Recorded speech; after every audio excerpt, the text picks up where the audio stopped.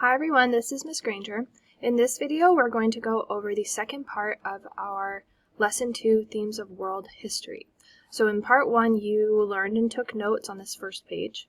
And in this part 2 video, we're going to look at the mastery check. Let's get started. So in our ATL lesson for this unit, we already learned how to paraphrase accurately and concisely.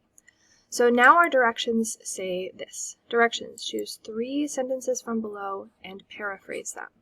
On the left, you'll see the original sentences. These sentences come right from our text.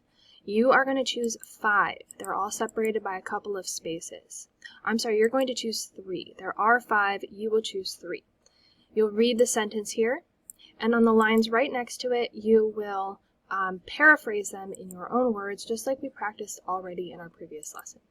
When you paraphrase your sentences, make sure that you use this mini checklist. First, I paraphrased my sentences. I didn't just copy it or change a couple words here and there. I use synonyms, or words that mean similar things, for multiple words. I changed the syntax or sentence structure in my sentences, and I used capital letters and punctuation.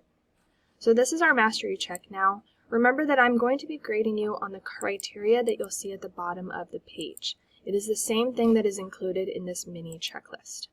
So let's go ahead and complete that mastery check. Now, be sure to check in with your teacher if you need help. Good luck.